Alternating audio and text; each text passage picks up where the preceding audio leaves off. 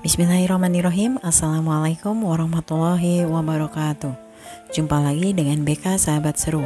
Kali ini saya akan berbagi materi bimbingan konseling kelas 12 semester 1. Di materi yang ke-9 ini saya akan membahas tentang bagaimana kiat sukses diterima di perguruan tinggi negeri.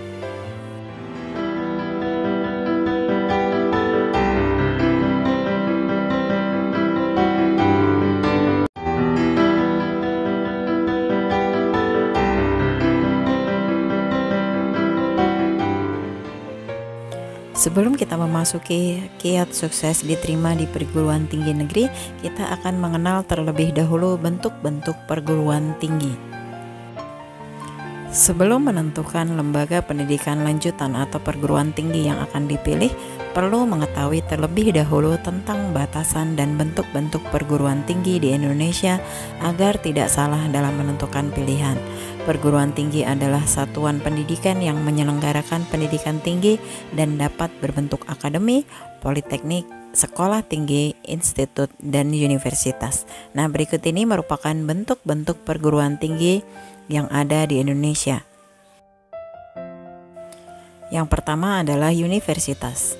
Universitas adalah suatu perguruan tinggi yang menyelenggarakan program akademik dan atau profesional yang beragam dan dikelompokkan dalam fakultas-fakultas.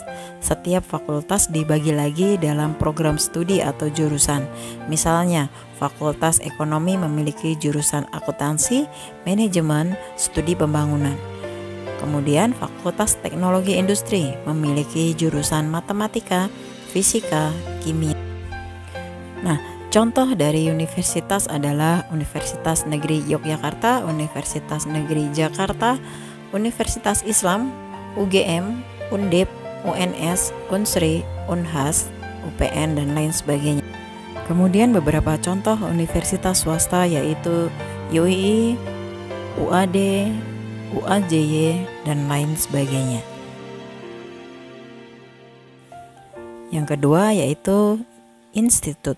Institut adalah suatu perguruan tinggi yang menyelenggarakan program pendidikan akademi dan atau profesional dalam sekelompok disiplin ilmu pengetahuan, teknologi, dan atau kesenian yang sejenis.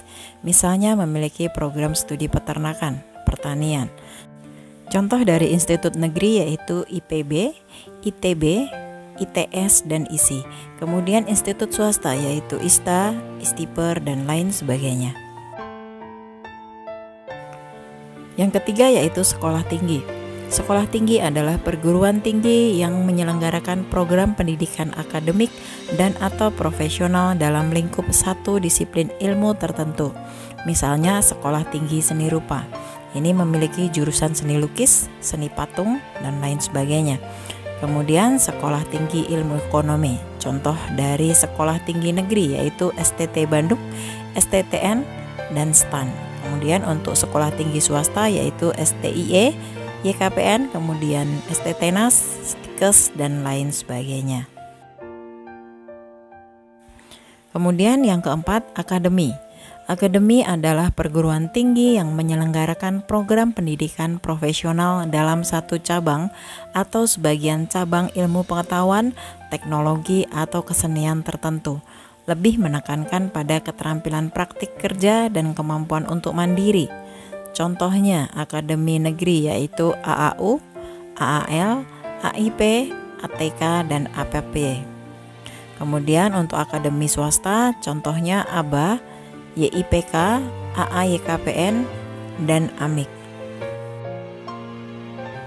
Selanjutnya yang kelima yaitu politeknik.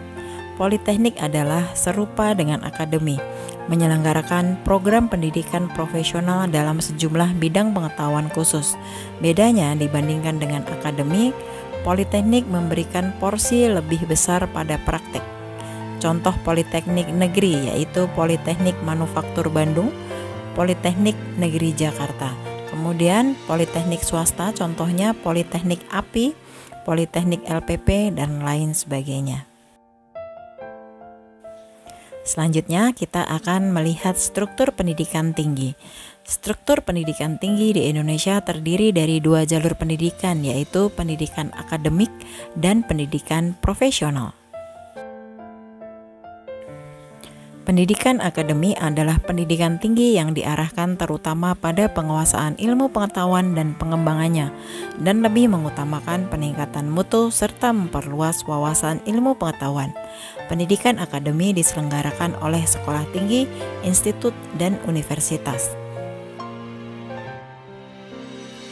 Kemudian untuk pendidikan profesional adalah pendidikan tinggi yang diarahkan terutama pada kesiapan keahlian tertentu serta menggunakan peningkatan kemampuan atau keterampilan kerja atau menekankan pada aplikasi ilmu dan teknologi.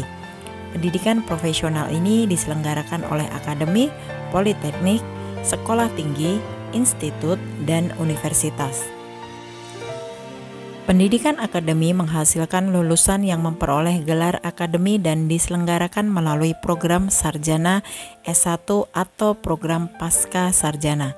Program pasca sarjana ini meliputi program magister dan program doktor, yaitu S2 dan S3. Pendidikan jalur profesional menghasilkan lulusan yang memperoleh sebutan profesional yang diselenggarakan melalui program diploma, yaitu D1, D2, D3, D4, atau spesialis SP1, SP2. Jalur ini lebih mengutamakan untuk melatih mahasiswa agar menguasai pengetahuan yang langsung dapat dipakai dengan segera. 60% muatan kurikulum program diploma adalah mata kuliah praktik. Nah, selanjutnya kita akan masuk ke penjelasan yang lebih spesifik, yaitu seleksi masuk perguruan tinggi negeri. Perguruan tinggi negeri atau PTN masih menjadi tujuan utama bagi para lulusan SMA yang ingin melanjutkan studi, baik itu SNPTN, SBMPTN, atau seleksi mandiri PTN selalu diminati oleh para calon mahasiswa, sehingga memiliki tingkat keketatan yang tinggi. Berdasarkan paparan Ketua Majelis Rektor Perguruan Tinggi Negeri Indonesia di webinar LTMPT pada 28 November 2020 lalu, berikut gambaran keketatan seleksi masuk perguruan tinggi negeri. Yang pertama, siswa yang mengikuti SNMPTN tahun 2020 berjumlah 489.601 siswa se-Indonesia, tetapi yang lolos hanya 96.496 atau 19,74%. Kemudian yang kedua, jumlah pendaftar SBMPTN tahun 2020 mencapai 702.420 siswa, tetapi yang lolos hanya 167.653 siswa atau 23,87%. Kemudian yang ketiga, seleksi mandiri juga tak kalah ketat. Contohnya pada seleksi mandiri UNS tahun 2020, jumlah pendaftar mencapai 53.202, tetapi yang diterima hanya 3.261 peserta atau 6,13%. Nah, lalu bagaimana cara agar kita bisa lolos ke perguruan tinggi negeri di antara ratusan ribu pendaftar lainnya? Mari kita simak beberapa kiat sukses masuk perguruan tinggi negeri berikut ini. Yang pertama, pilih jalur seleksi yang tepat. Ada 3 jalur seleksi masuk perguruan tinggi negeri yang bisa kita pilih, yaitu SNMPTN, SBMPTN, dan seleksi mandiri. Nah, setiap jalur seleksi memiliki karakteristik dan persyaratannya masing-masing, sehingga diperlukan persiapan yang berbeda pula. Kita akan melihat SNMPTN bertujuan untuk menjaring siswa yang menunjukkan prestasi tinggi di bidang akademik dan non-akademik. Untuk itu, kita harus memastikan nilai rapot kita masuk ke dalam 40% tertinggi untuk sekolah akreditasi A, 25% untuk sekolah akreditasi B, dan 5% untuk sekolah akreditasi C. Prestasi non-akademik juga penting, seperti menjuarai kompetisi saintek dan seni budaya akan menunjang daya saing di SNMPTN. Selanjutnya SBMPTN. Ini bertujuan untuk menjaring siswa dengan kompetensi akademik dan skolastik yang tinggi. Kesuksesan pada SBMPTN tergantung pada penguasaan kita pada materi pelajaran pokok sesuai jurusan, IPA atau IPS, dan potensi skolastik. Yang ketiga, seleksi mandiri. Ini bertujuan untuk menjaring siswa dengan profil kompetensi akademik yang sesuai dengan profil masing-masing perguruan tinggi negeri. Kemudian kiat yang kedua yaitu dengan mengenali minat dan kompetensi diri. Banyak calon siswa yang gagal untuk masuk perguruan tinggi negeri bukan karena kurang pintar, melainkan karena strategi yang kurang tepat dalam memilih program studi. Nah, untuk itu kita harus tahu minat pribadi sebelum mendaftar ke perguruan tinggi negeri. Kita harus jeli dalam mengenali kemampuan diri dan membandingkannya dengan program studi dan PTN yang dipilih. Kemudian, asah kemampuan tersebut sambil mencermati tingkat keketatan prodi. Yang ketiga, perbanyak latihan. Kesiapan mental sangat penting dalam menghadapi ujian tulis pada SBMPTN dan seleksi mandiri.